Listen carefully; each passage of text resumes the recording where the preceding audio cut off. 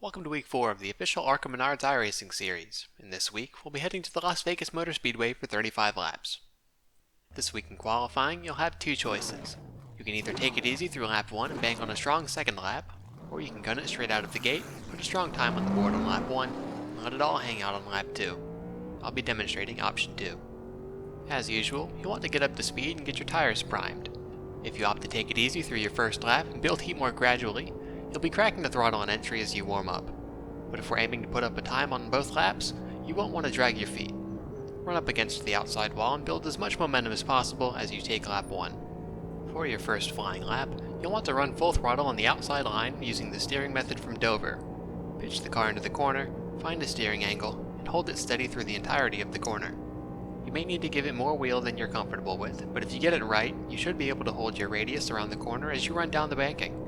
Straighten the wheel as the car unloads and prepare to take on your final lap.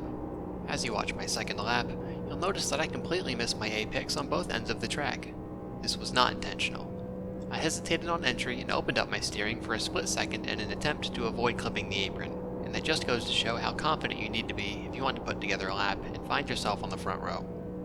As your final lap begins, you'll need to arc out, keep your eye on the white line, and crank the wheel into the corner. Find your ideal steering angle and try to lay your left front on the line as you run through the corner wide open. If you hit it just right, you should be able to let the car track out to the wall and exit without giving it more wheel. Turns 3 and 4 aren't as forgiving as 1 and 2, so you'll likely need to crack the throttle and allow the car to settle on entry.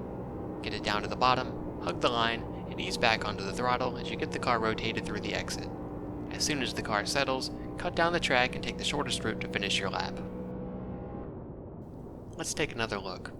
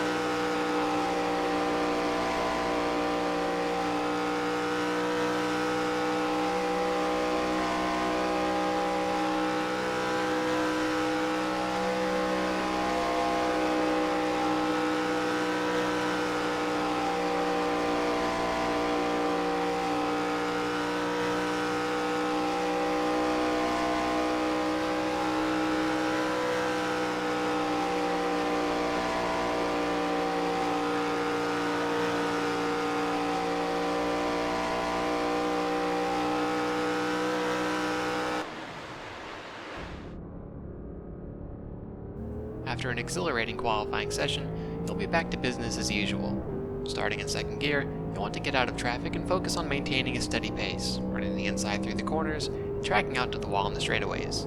With this new ARCA car, tire temperature has proven to be more important than tire wear, so you'll want to put yourself in a position where you won't have to make any drastic changes to your inputs.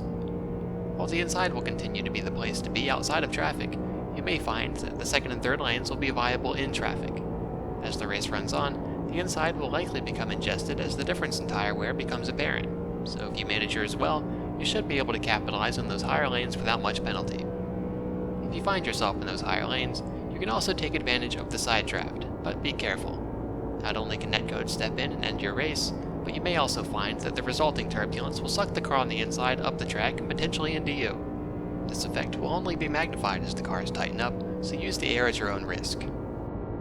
If you can pick the right battles, make the most of your track position, and stay out of the big packs, you might be able to hit the jackpot this week. Good luck.